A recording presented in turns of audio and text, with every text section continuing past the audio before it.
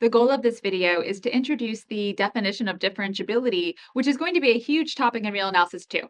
So what I would like for us to do in this first look at it is talk through this kind of grand definition of differentiability. Then I will tie it to the more familiar notion of differentiability for a function from R to R, so a function of the form y equals f of x. I will then give you a specific example of a function, I believe, from R2 to R3 if memory serves, and we will prove that it is differentiable at any point in its domain. And then I will wrap up this first look at differentiability by giving you two other ways to characterize what's being expressed here. If you are following analysis in a different text, what you have may be phrased differently than what I put here, but I would like for you to be able to connect the two because they are expressing the same idea. It's the same equivalent notion. So what is this notion of differentiability? Well, imagine we have a function f, which is a map from some domain called A in Rn to the codomain Rm. I have a note here that A will assume to be open. That's not strictly required, but it is a convenience. I'll explain why in a bit. We say the function f is differentiable at a point P in its domain if there is a linear transformation from Rn to Rm so that this quotient, when you set it up and compute the limit as x approaches P, that limit exists and equals 0. Okay, I'll talk through that a little bit more slowly. The name of the linear transformation is going to be df at P for us. This is fairly common notation. D might be replaced with J in a different text, and that's totally fine. There's a reason for it. But this whole expression here represents the name of the associated linear transformation. It's like calling a function G. For us, the name of the function is df at P. This is an associated, a transformation that we associate to f at P. Since it's a linear transformation, it will have an associated matrix, which will be m by n. In this numerator, you can kind of read this two ways. And when we look at the linear transformation here, you could read this as the linear transformation acting on this x minus p. Or you could read it as the associated matrix times this vector. Because as we talked about in our review of linear transformations, every linear transformation from Rn to Rm has an associated m by n matrix, so that the action of that linear transformation can be characterized as matrix multiplication on the left. So here, this expression is kind of being used two different ways. One, it's the name of the linear transformation, but we will also think of it as like the name of the associated matrix, just to kind of blur the line between the two. Okay, there's a lot going on here. And what I would like to do is talk through this limit very thoroughly. I think it's a good moment to pause and just kind of reread this, look at this limit, and analyze it a bit. A warm-up exercise, for example, would be identifying the dimensions of all of the pieces in this expression. For example, what type of object is f of x? What type of object is f of p?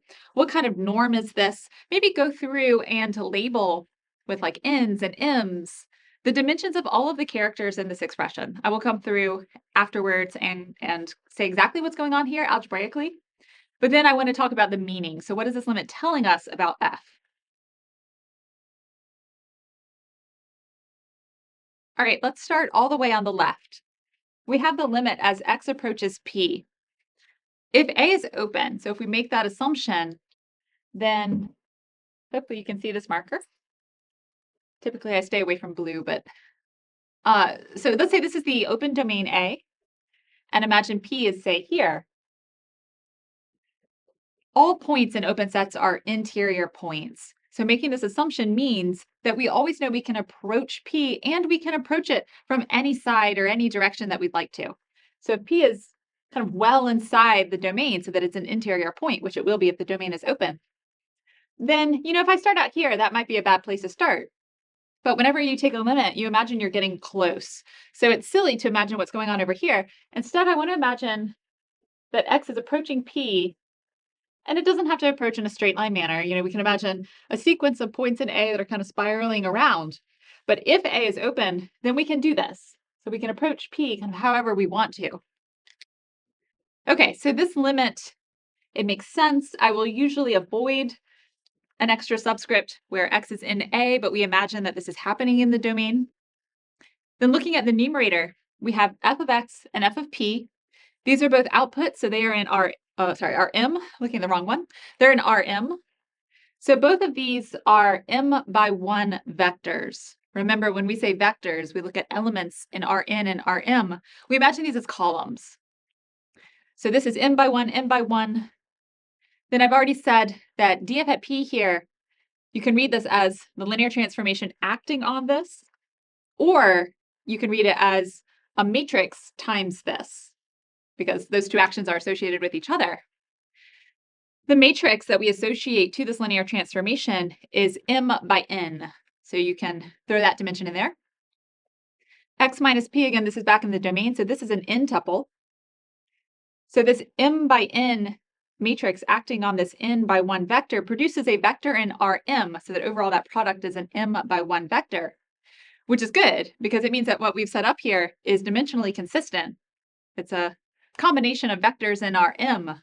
So the norm that we're computing in the numerator will return us a scalar number that we get by doing a norm on a vector in Rm. So it's like an m norm. The denominator is much easier to look at and eyeball. So here we have two vectors back in A, back in Rn. The denominator has nothing to do with f, so we just have x minus p. That's a vector in Rn, which is shrinking to 0. And then we're computing the norm. So as x approaches p, regardless of f, the denominator goes to 0. So it will always be the case when you set up this expression that the denominator goes to 0, because if x is going to p, this is going to the norm of the origin in Rn. Which takes us to the meaning of this expression. So we talked through the algebra, but let's look at the meaning. The denominator is going to 0. And yet, if my function is differentiable, I'm claiming that this quotient, so like the ratio of the numerator to the denominator, is 0, which means that this whole numerator must also be going to 0 and more. But let me pause there. It also has to be going to 0. So if your function has a chance of being differentiable, this better be an indeterminate form. I'm mentioning that because sometimes students will write this down and then they'll kind of say like, oh, the numerator is going to 0, or don't stop as soon as you realize you've got something like 0 over 0. That's expected for a differentiable function. But more has to happen, because if this numerator were going to 0 at a rate perhaps equivalent to the denominator, this quotient could go to 1, for example, not 0.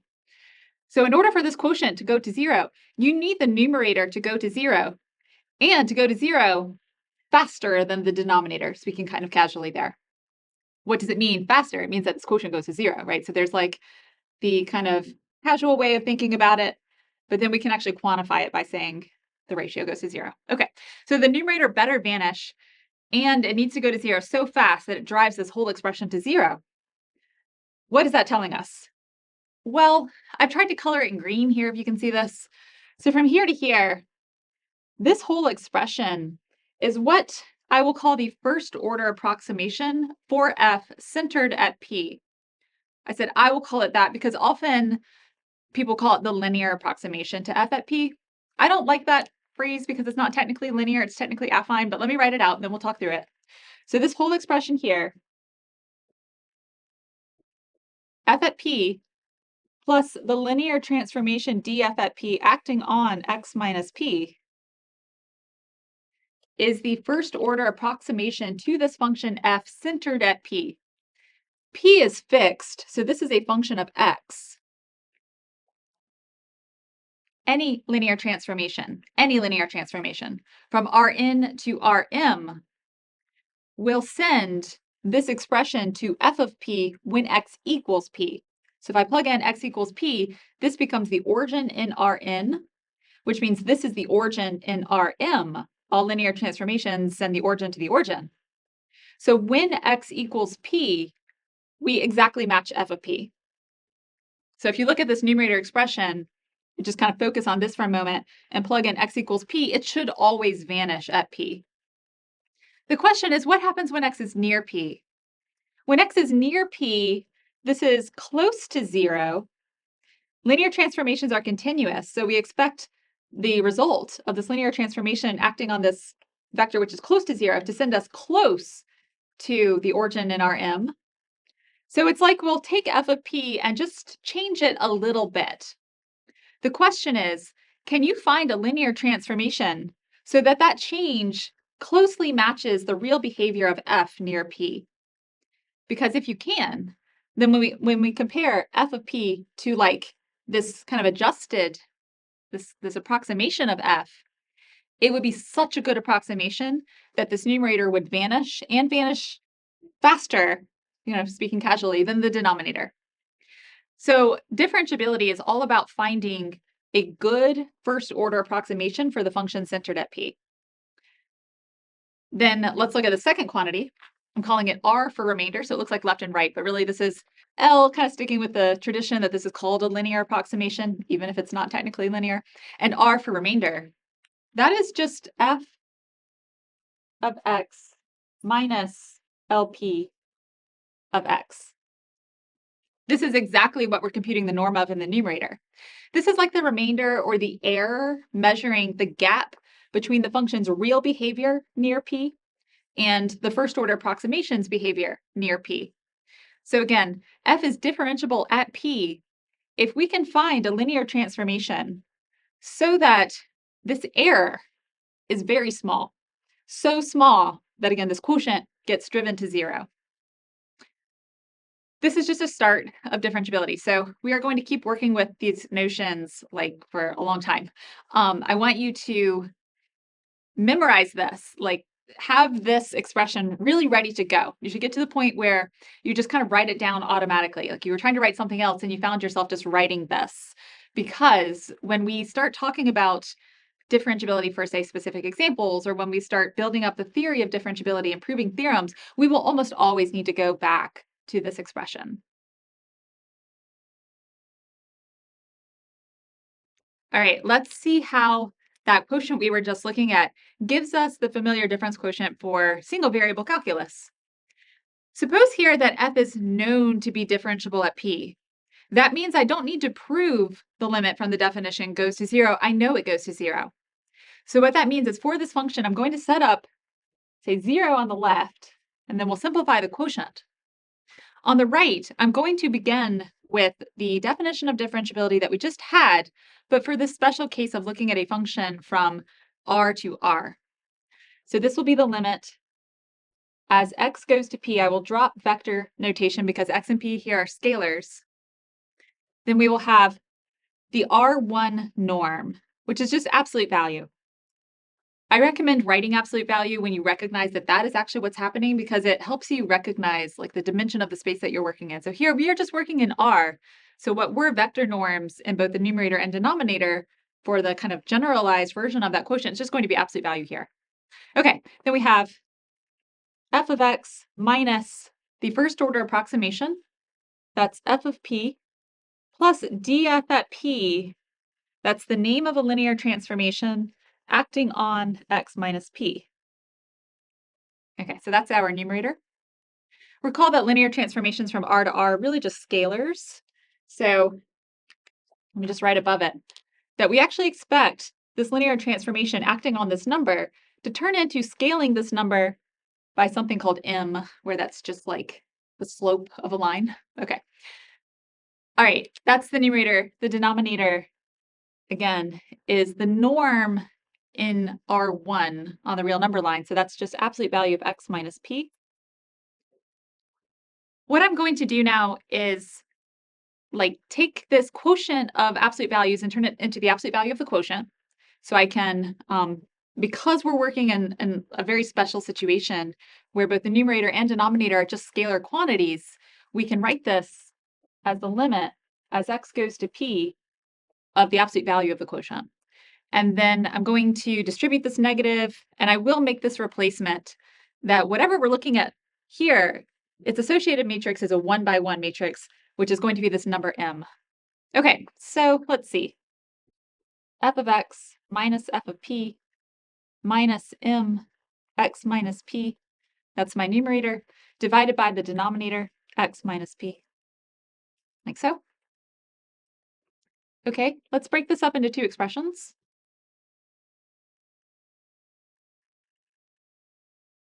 I'm going to group these together, f of x minus f of p all over x minus p minus m. Okay, probably worth taking a moment to pause there and try to arrive at your interpretation for what this is telling us, and then I will come back and summarize. We know this limit exists and equals 0. So I don't need to prove this exists. I know it exists. If you look at this comparison that we're now making, we are saying that the difference between this quotient and the number m vanishes as x approaches p. Since m here is a fixed 1 by 1 matrix, this has no x dependence. So in order for this to vanish, it must be the case that m equals the limit of this quotient as x approaches p. Thus, m equals the limit as x approaches p of f of x minus f of p divided by x minus p, which is your familiar difference quotient for computing a derivative in Calc 1. And it also means that while m is not a bad choice for the name of this number that we associate to the derivative, we can actually give it a familiar expression, and that would be f prime of p.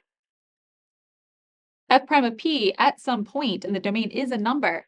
We think of that as telling us the slope of the tangent line, but let's now write down the first order approximation and connect this to an actual slope.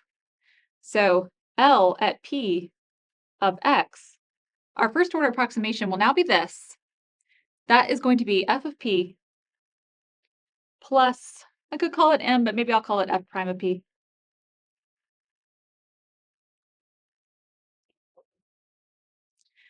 This might not look familiar written in this general form, but I hope it does.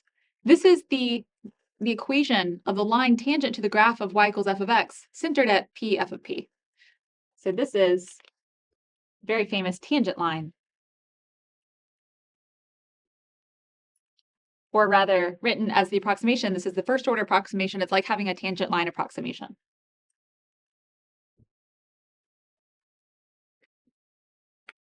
Let me sketch a picture of what's going on. Say this is p, and here's my function f.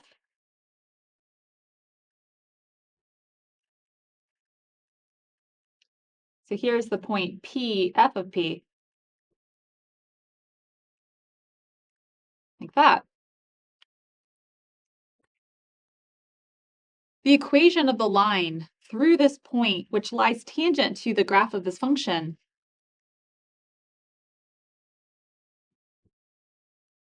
this line would have the form y equals f of p plus f prime at p, x minus p. So here, the slope is f prime of p. That's the number that we famously compute with this difference quotient.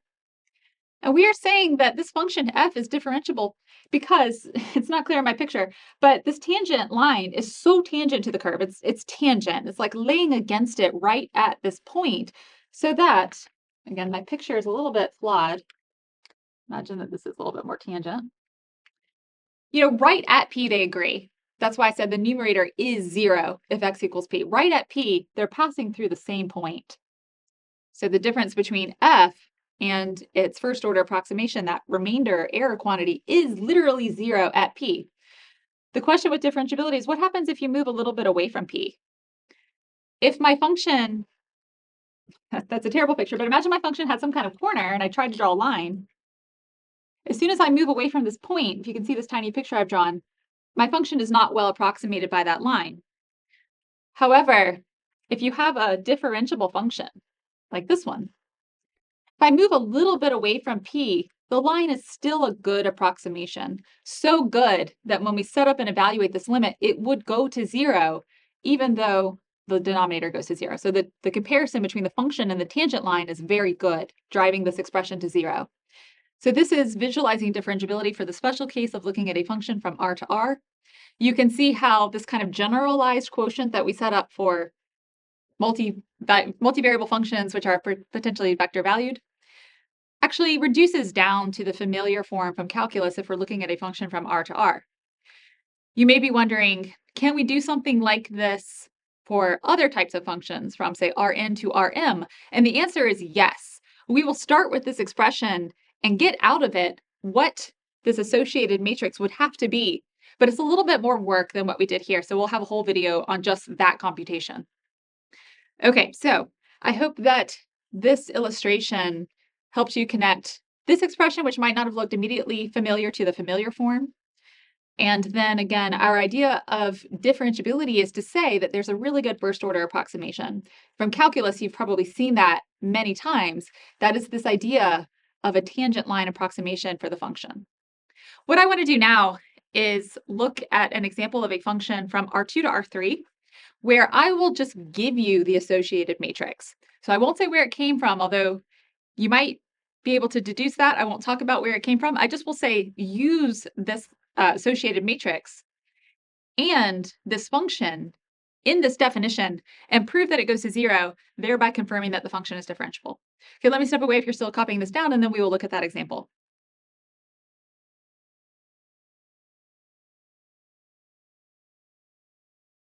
The goal of this exercise is just to show you specifically with an example how that numerator in the definition of differentiability looks. In fact, we will evaluate the whole limit, but the focus is really on the numerator. So here, consider a function f, which is a map from R2 to R3, whose coordinates are very nice polynomial expressions. So we have x, y squared, and xy. We would like to prove that this function is differentiable at any point a, b in its domain. So here, the point a, b is like what I was calling P in the definition. Then I'm telling you the associated matrix to try. You might know how I got to this associated matrix, but if you don't, I actually won't tell you right now. We will learn that in a couple lessons. So for now, let me just tell you that this is the correct matrix to put into the definition of differentiability with f to establish differentiability for this function. So this matrix is a 3 by 2 map because, of course, our function is from R2 to R3. So the matrix is 3 by 2 with 1, 0, 0, 2b, and ba. Okay. So again, what I really want to focus on here is what the objects look like, what the dimensions of each of the objects looks like, just so that you don't look at that limit and think that the terms are mysterious. It's a big computation if I try to set up the whole limit at once. So instead of writing the entire quotient, let me focus first on that kind of error piece. So I'll call it R sub AB of xy. This is what is inside the norm in the numerator for our limit. So this is the difference between f and its first order approximation. Here, that's going to look like f of x and y. Before I had f minus the first order approximation, let me distribute the negative. So we'll have f of x and y minus f of a and b minus the matrix I'm just telling you to use times xy minus ab, like that. Now let me take this expression and actually put in the specific details for this problem. F of x and y is x, y squared, xy, minus f of a and b is going to be the same thing, but with a, b squared, ab, minus the matrix 1, 0, 0, 2, b, and b, a. And then xy minus ab is x minus a, y minus b. So let me go ahead and put that in this form. Okay, so vector in R3, 3 by 2 matrix acting on a vector in R2. This is what we will take the norm of when we want to conclude differentiability at the end, but let's simplify this as much as we can. Let me start with these two. So x minus a in the first coordinate, y squared minus b squared. Hope it's not too much if I go ahead and factor that using difference of squares. So y squared minus b squared, I will write as y minus b, y plus b, and then xy minus ab. The reason I want to do that is partly because I've already worked through this and partly instinctive. Whenever you are working with particularly polynomial expressions, if x is going to a and y is going to b, you want to see terms in your computation of the form x minus a and y minus b, because those are the pieces that we have control over. So it's like, I want to see y minus b, and I recognize that I could see that by pairing up y squared minus b squared and doing the factoring. Okay, moving right along, let's do this matrix product. 1 times x minus a plus 0 times y minus b is going to be x minus a. And then 0 times x minus a plus 2b times y minus b. And then here, I think I'm just going to distribute everything. We have more going on here. So bx minus AB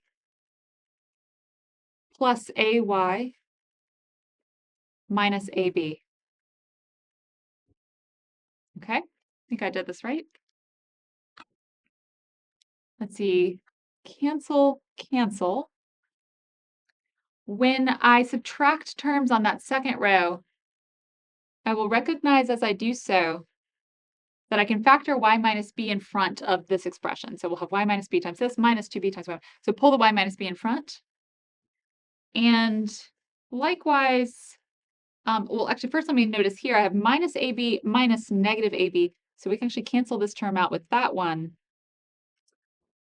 As I write down the third row, I'm going to do a little bit of simplification at the same time, but I'm not estimating, I'm not knocking anything out. So everything is still exact equality here. Okay, so the top row is now 0. The second row, I'm going to factor y minus b in front, leaving me with y plus b minus 2b, which is actually another copy of y minus b. And then here, again, I'm going to simplify as I combine these two third rows. So xy minus bx, again, I look for y and b together, but y minus b if I factor the x in front. And then minus ay plus ab. So let me also factor out negative a, leaving me with y minus b.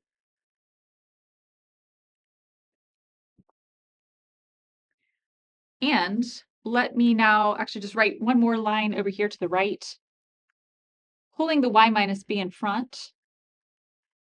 We're left with the term y minus b times 0 y minus b, and here x minus a, which again is something you want to see.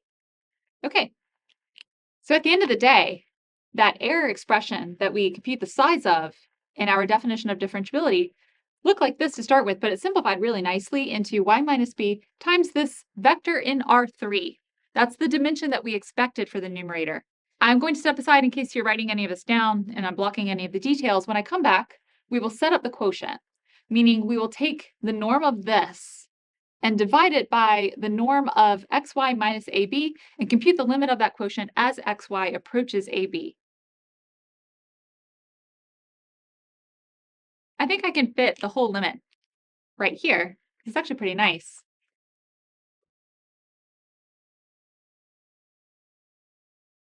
Of course, writing down my handwriting is kind of bad, but I don't always write this limit in this way, but here I really want to emphasize that when we look at these kinds of vectors, always think of vectors as columns. So I might in the future write xy, in traditional coordinate form, but here just want to emphasize where these two objects live and what they look like. Okay, this limit, let me just write in general, we're taking the size of this error, the difference between our function and its first order approximation, and dividing that by the size of, here I'll write in traditional form, xy minus ab. Okay, like that.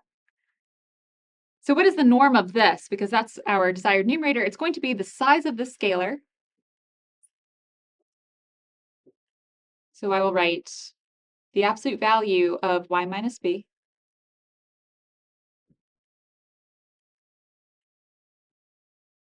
times the norm of this vector, which is each coordinate squared added together, take the square root. So that will be 0 squared plus y minus b squared plus x minus a squared. And then in a similar way, the denominator is going to be x minus a squared plus y minus b squared, square root of that sum.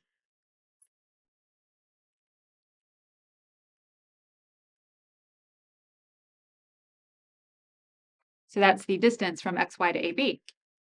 But look what we have. Terms are ordered differently here, but it's the same radical. So this will cancel with that, leaving us with the limit of the absolute value of y minus b as y approaches ab. So y is going to be, this is going to go to 0 as desired. So since the limit of this quotient went to 0, we actually learned two things in this exercise. One is that f is differentiable at the point ab, so at any point in R2. And two, you learned that I didn't mislead you with this choice of 3 by 2 matrix.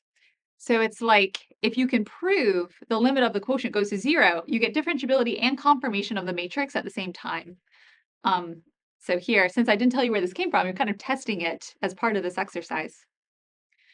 Couple things I want you to take out of this. One is what this looks like dimensionally. So it's a vector minus a vector times a product of a matrix and a vector. So that's the kind of expression that we see in the numerator when we evaluate this limit to test differentiability. The other thing I want you to notice is now what it looks like to actually have the numerator driving the quotient to 0. So as x approaches a and y approaches b, so as xy goes to ab, both numerator and denominator go to 0. This should be in an indeterminate form. It's not surprising that it is. However, there's a whole extra factor here driving the numerator to 0. So we have like the same rate times something extra in the numerator. So here we see the numerator is going to 0 faster than the denominator, leaving us with this term here. Had that canceled out, like had that not been there, we would have had a limit of 1, not differentiable, sorry. All right, let me go drink some water.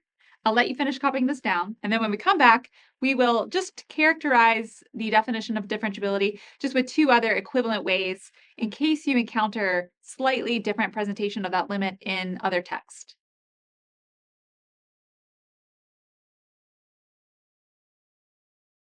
For our first alternative way to characterize this information, we're just going to translate this limit equals 0 into neighborhood expressions. So what does it mean to say this limit? Like, what is the definition of limit? Going back a few lectures, we can say that this limit equals 0 if, so this is equivalent to, for any epsilon greater than 0, there exists a delta greater than 0 such that whenever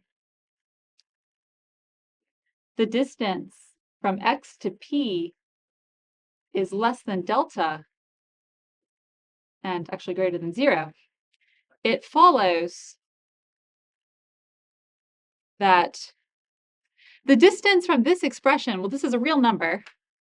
I will write numerator divided by denominator. So the distance from the quotient to 0 is less than epsilon. I'm not done. Then what we're going to do is take this and recognize that the absolute value of the quotient minus 0 is really just the quotient because this is non-negative.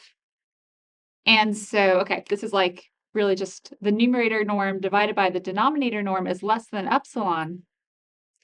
And then bring that denominator over to say that the numerator is less than epsilon times the denominator. So let me rewrite the sentence now. It follows that whenever the distance from x to p is less than delta, we can say that f of x minus f of p minus df at p acting on x minus p, this norm is less than epsilon times the distance from x to p. The reason why this characterization is sometimes useful is that, when we're writing proofs with differentiability, we might see this emerge. So we might be working with neighborhoods, epsilon delta neighborhoods, and we might just land on this. So it's a nice way to, recognize differentiability when you see it. And all it is just taking this notation. So what does this limit notation mean? And translating it into epsilons and deltas. You might wonder if we should replace this with delta, say that this is less than epsilon times delta, and typically no. Typically, we actually want to see this on the right-hand side. All right, so I've worked out the details for this. I'm going to step aside and just put up the kind of formal presentation of this characterization, just for a few moments if you'd like to read out kind of what I wrote for it. And then I will come back and talk you through the second presentation of differentiability, which is actually fairly common.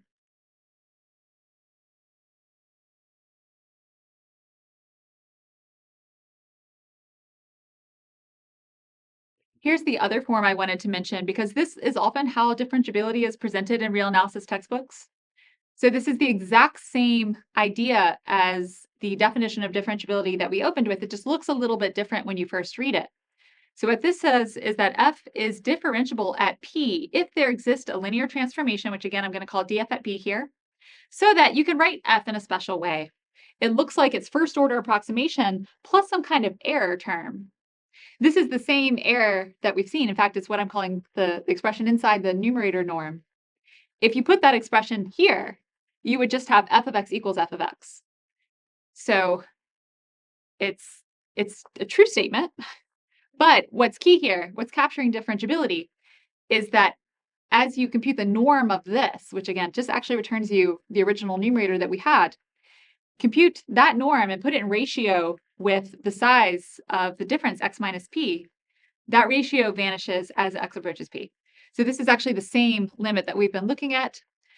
This is all the same idea of differentiability that we've seen. What's nice about this is it really emphasizes that f is being closely approximated by this first order approximation here. So it's like f is basically that near p plus just a little error where the error is so small that it vanishes rapidly as x approaches p. Okay, so again, this is just a way to reorganize the ideas in our definition of differentiability. Typically, I will work with that opening definition, but I might call on this or the form that we just saw a moment ago as needed. Sometimes when you're working through a proof, one form emerges more naturally than one of the other forms. So just have all of them ready to go. And I hope you enjoyed this first look at differentiability.